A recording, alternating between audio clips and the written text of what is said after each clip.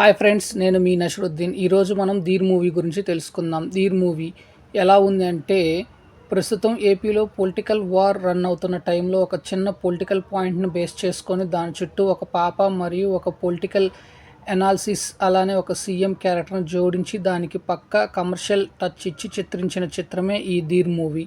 ఈ movie first half వచ్చేసి hero entry scene ఒక కమర్షియల్ హీరో రేంజ్లో ప్లాన్ చేశాడు.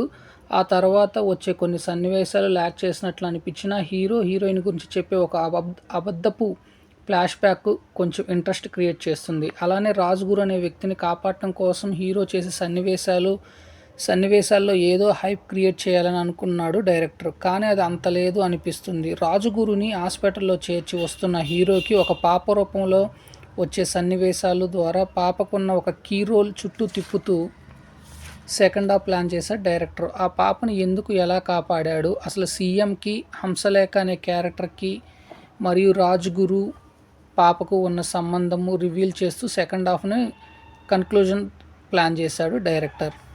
ధీర్ మూవీ ఎలా ఉందంటే, సింపుల్గా ఈ మూవీని ఒక పొలిటికల్ కమర్షియల్ మూవీలా ప్లాన్ చేసిన డైరెక్టర్ తెరకెక్కించే విధానంలో కొంత తడబడ్డాడు. అలానే హీరో క్యారెక్టర్లో యాక్షన్ లెవెల్ మెచ్యూరిటీ అనేది కొంత లోపంగాను మరియు హీరో క్యారెక్టర్ డిజైన్ కొంత అసంతృప్తిగాను అనిపిస్తుంది. ఫైనల్గా ఈ మూవీ స్టోరీ వచ్చేసి, డబ్బు కోసం తప్పించే హీరో ఒక డీల్ ద్వారా రాజ్గురు అనే ఒక పేషెంట్ని హైదరాబాద్ హాస్పిటల్కి అంబులెన్స్లో చేర్చాలి. దానికి గాను 25 లక్షలు డీల్ కుదురుతుంది. ఆ అమౌంట్ కోసం డీల్ ఓకే చేసి పేషెంట్తో పాటు హీరోయిన్ను మరియు మరొక వ్యక్తిని అంబులెన్స్లో తీసుకుపోవటానికి వెళ్తాడు.